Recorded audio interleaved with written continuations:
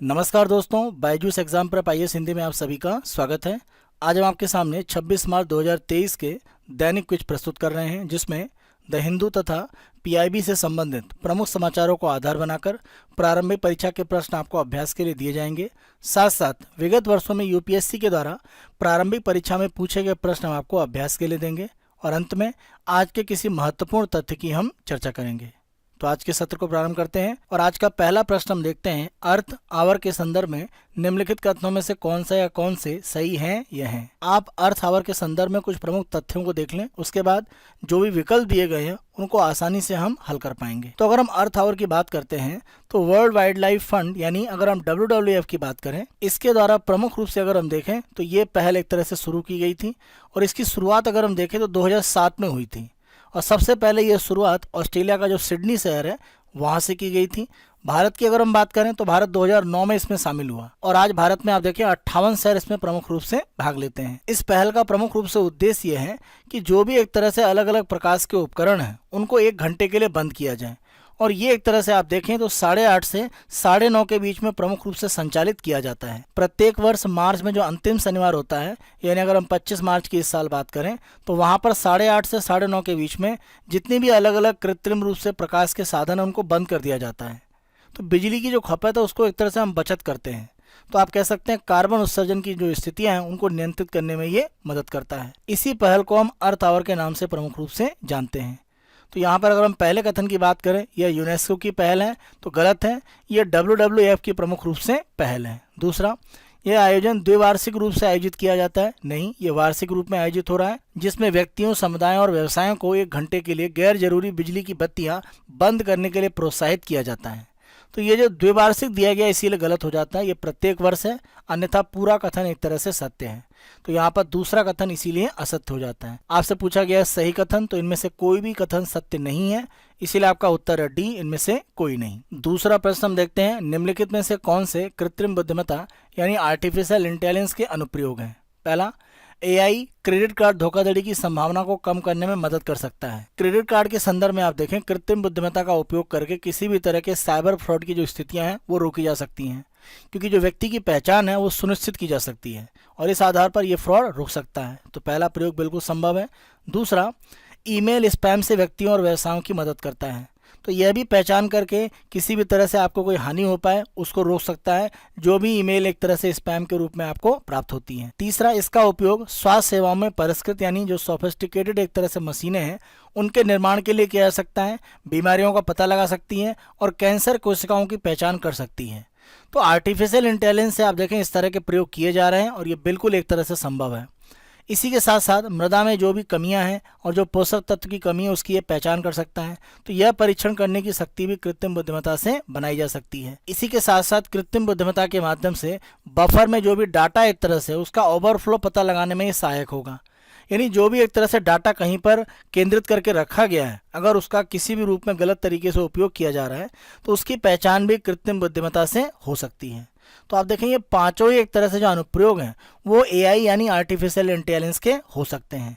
पांचों कथन सत्य हैं, इसीलिए हमारा उत्तर है डी, 1 2 3 4 5 पांचों सत्य हैं। प्रश्न का आधार प्रमुख रूप से ये है कि अगर हम आर्टिफिशियल इंटेलिजेंस के साथ साथ मशीन लर्निंग की बात करें जो तेजी से बढ़ता जा रहा है, उसी का उपयोग करके गूगल के द्वारा प्रमुख रूप से अब प्रयास ये किया जा रहा है कि आप जिस क्षेत्र में हैं वहाँ पर जो प्रमुख रूप से भाषा है उसके आधार पर आपको 2 भाषा में प्रमुख रूप से जो भी आप गूगल पर सर्च करते हैं वहाँ पर एक तरह से आपको रिजल्ट दिए जाएँ। जैसे अगर आप मान लीजिए दिल्ली में हैं तो वहाँ पर इंग्लिश के साथ साथ हिंदी, मान लीजिए आप तमिलनाडु में हैं तो इंग्लिश के साथ साथ तमिल भाषा में आपको एक तरह से जो भी गूगल पर आप सर्च करें उसके परिणाम दिए जाएंगे। तीसरा प्रश्न हम देखते हैं, 42वें संविधान संशोधन अधिनियम द्वारा निम्नलिखित में से कौन से प्रावधान जोड़े गए थे। आप ध्यान रखें, भारत में जो आपातकाल लगा हुआ था 1976 की अगर हम बात करें, वहां पर प्रमुख रूप से यह संविधान संशोधन किया गया था। 42वें संविधान संशोधन से संविधान में काफ़ी परिवर्तन बड़े व्यापक रूप में हुए। उस आधार पर आप देखें तो इस संशोधन को एक मिनी कॉन्स्टिट्यूशन भी कहा जाता है। तो यहाँ पर अगर हम प्रावधान देखें तो पहला, राष्ट्रपति को कैबिनेट की सलाह मानने के लिए बाध्य किया गया, तो ये 42वें संविधान संशोधन से एक परिवर्तन किया गया, पहला कथन सत्य है। दूसरा, उच्चतम न्यायालय और उच्च न्यायालयों की न्यायिक समीक्षा और रिट क्षेत्राधिकार की शक्ति को कम कर दिया गया। तो ये न्यायालय की शक्ति पर एक तरह से जो अतिक्रमण की स्थिति है वो बनी थी। तो ये दूसरा कथन भी सत्य है। तीसरा, 9वीं अनुसूची में विभिन्न राज्यों के 14 भूमि सुधार अधिनियम को शामिल किया गया। ये अगर हम देखें तो 42वें संविधान संशोधन से नहीं था। चौथा, खुफिया संगठनों और दूरसंचार प्रणालियों में कार्यरत व्यक्तियों के मौलिक अधिकारों को सीमित करने के लिए संसद को अधिकार दिया गया। तो ये स्थिति भी आप देखें तो 42वें संविधान संशोधन से नहीं थी।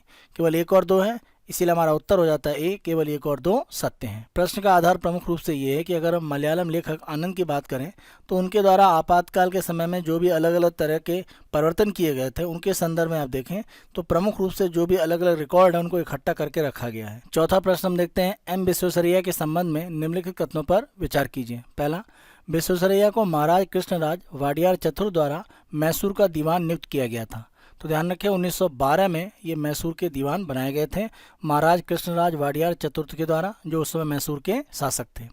दूसरा, उन्होंने सेंचुरी क्लब की स्थापना की और 1917 से 18 की अवधि में इसके पहले अध्यक्ष के रूप में कार्य किया। तो अगर हम ब्रिटिश समय में देखें जो भी क्लब थे वहाँ पर भारतीयों को अनुमति नहीं थी, या वो अपनी परंपरागत पगड़ी हटाकर एक कैप पहनकर तब जा सकते थे। विश्वेश्वरैया के साथ में भी एक क्लब में जाते हुए इसी तरह की घटना हुई थी।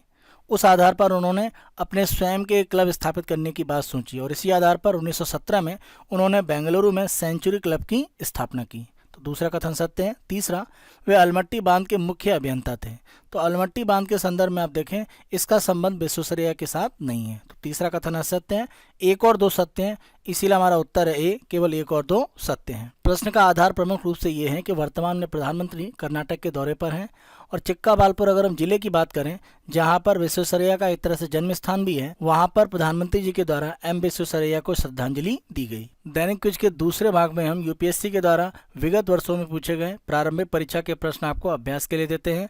आज 2008 की प्रारंभिक परीक्षा का प्रश्न हमने चुना है। प्रश्न को देखते हैं, निम्नलिखित में से कौन से देश मोल्दोवा के साथ सीमा साझा करते हैं। तो देखिए जब भी हम किसी देश के साथ में मैप के संदर्भ में प्रश्न देखते हैं तो आपको मैप उसका अवश्य देखना चाहिए। जैसे अगर हम यहाँ पर मोल्दोवा की बात करें तो रोमानिया और यूक्रेन इन दोनों देशों के साथ में ये प्रमुख रूप से सीमा बनाता है। या आप ऐसा भी कह सकते हैं कि रोमानिया और यूक्रेन के बीच में एक तरह से सैंडविच हो गया है अगर हम मोल्दोवा की बात करें। तो यहाँ पर हमारा उत्तर है यूक्रेन और रोमानिया। बेलारूस इसमें शामिल नहीं है क्योंकि आप देखें बेलारूस काफ़ी दूर है। तो 1 और 2 यानी हमारा उत्तर है ए, केवल 1 और 2 सत्य हैं। दैनिक क्विज के तीसरे और अंतिम भाग में हम आज के तथ्य की चर्चा करते हैं। आज का तथ्य हमारा है अरावली ग्रीन वॉल परियोजना। अगर हम अरावली की बात करें तो आप जानते हैं 3 राज्य और 1 केंद्रशासित प्रदेश से गुजरती है, यानी गुजरात, राजस्थान, हरियाणा और साथ साथ दिल्ली। तो अरावली की अगर हम बात करें तो विश्व की प्राचीनतम पर्वत श्रृंखलाओं में से एक है और एक तरह से वर्तमान में इसका बिल्कुल कटा फटा जो रूप है वो दिखाई पड़ता है। तो अरावली में आप देखें जो भी एक तरह से पत्थर कटाई की बात करें या जो भी वहाँ पर विकास की गतिविधियाँ उसके आसपास हो रही हैं तो अरावली को काफ़ी एक तरह से नुकसान हो रहा है और वहाँ पर उस नुकसान को बचाने के लिए अरावली के संरक्षण के लिए सरकार के द्वारा यह अरावली ग्रीन वॉल परियोजना एक तरह से प्रारंभ की गई है। प्रमुख रूप से अगर हम अरावली एक तरह से पर्वत श्रृंखला की बात करें तो उससे लगते हुए 5 किलोमीटर का जो बफर क्षेत्र है वहाँ पर ये एक तरह से अरावली ग्रीन वॉल परियोजना बनाई जाएगी। यानी यहाँ पर एक तरह से आप कह सकते हैं कि जंगलों का क्षेत्र या जो वहाँ पर जल संसाधन है उनको एक तरह से विकसित किया जाएगा। ये प्रमुख रूप से इस परियोजना का एक तरह से आधार है। इस परियोजना का अगर हम प्रमुख लक्ष्य देखें तो कोशिश ये है कि जो भूमि क्षरण की स्थिति है अरावली के आसपास उसको एक तरह से रोका जाए और मरुस्थलीकरण की प्रक्रिया को भी कहीं ना कहीं रोका जाए। क्योंकि आप ध्यान रखें अगर हम ये अरावली की बात करते हैं तो अगर हम यहाँ पर थार मरुस्थल की बात करें तो उसका विस्तार एक तरह से पूर्व की ओर हो रहा है। तो अरावली में अगर मान लीजिए ग्रीन डेवलपमेंट किया जाता है, कोई इस तरह का एक ग्रीन वॉल बनाई जाती है जंगल के संदर्भ में, तो इससे जो भी मरुस्थल का पूर्व की ओर जो विस्तार हो रहा है उसको एक तरह से रोका जा सकता है। तो ये मरुस्थल के विस्तार को रोकने के लिए भी ये जो ग्रीन कॉरिडोर है वो प्रमुख रूप से बनाया जा रहा है। इस परियोजना को अगर हम देखें तो हरियाणा, राजस्थान, गुजरात और दिल्ली में प्रमुख रूप से प्रारंभ किया गया है। और यहाँ पर आप देखें अरावली की जो पहाड़ियाँ हैं इन्हीं राज्य और दिल्ली केंद्र शासित प्रदेश में आप देखें 60 लाख हेक्टेयर क्षेत्र में फैली हैं। तो यहाँ पर तालाब, झील और जो नदियाँ हैं जो सतह के जल के स्रोत हैं उनको भी एक तरह से कह सकते हैं पुनर्जीवित करने का प्रयास किया जाएगा। जो भी एक तरह से झाड़ियाँ, बंजर भूमि या खराब वन भूमि है वहाँ पर पेड़ों और झाड़ियों की जो मूल प्रजातियाँ हैं जो अरावली के क्षेत्र में पाई जाती हैं उनको लगाया जाएगा। और स्थानीय समुदाय को इसमें शामिल किया जाएगा। जैसे अगर हम कृषि वानिकी की बात करें या चारागाह विकास की बात करें, ये भी बढ़ावा दिया जाएगा क्योंकि इससे स्थानीय समुदाय की जो आजीविका है वो बढ़ेगी। अरावली ग्रीन वॉल प्रोजेक्ट के अगर हम कुछ प्रमुख उद्देश्यों को देखें, पहला प्रमुख लक्ष्य ये है कि अरावली रेंज की जो पारिस्थितिकी है, जो एक तरह से काफ़ी निचले स्तर पर जा चुकी है, उसमें सुधार किया जाए। जैसे वहाँ पर जो भी एक तरह से पेड़ पौधों की प्रजातियां हैं जो स्थानीय हैं, उनको एक तरह से आगे बढ़ाया जाए। जो भी वहाँ पर जल संसाधन है जो एक तरह से कमज़ोर हो गए हैं या जो भी वाटर टेबल नीचे चला गया, उसको ऊपर लाने का प्रयास किया जाए। तो अगर हम एक तरह से ग्रीन वॉल बनाते हैं, ये हरित बाधा बनाएंगे, तो मरुस्थल का विकास तो रुकेगा ही पूर्व की ओर, साथ साथ अगर हम देखें तो मिट्टी का कटाव और एक तरह से धूल भरी आंधियां और मरुस्थलीकरण की जो प्रक्रिया है और भूमि का जो क्षरण है उसको हम रोक सकते हैं। इस अरावली ग्रीन वॉल के माध्यम से अरावली के क्षेत्र में कई प्रकार के सुधार एक तरह से हो पाएंगे। जब भी हम जंगल के क्षेत्र को एक तरह से विस्तारित करते हैं इस ग्रीन वॉल के माध्यम से, आप देखें वन्य जीवों के लिए आवास बढ़ेगा। देसी प्रजातियां लगाकर हम कहीं ना कहीं देसी जो भी एक तरह से पेड़ पौधे उनको संरक्षित करेंगे। और जब भी जंगल का क्षेत्र विस्तारित होगा, पानी की एक तरह से गुणवत्ता बढ़ेगी और उसकी मात्रा में भी सुधार होगा। इसी के साथ साथ अरावली रेंज में अगर हम जैव विविधता की बात करें, यानी जो भी पेड़ पौधे हैं, पशु पक्षी हैं, उनकी स्थितियां भी सुधर सकती हैं।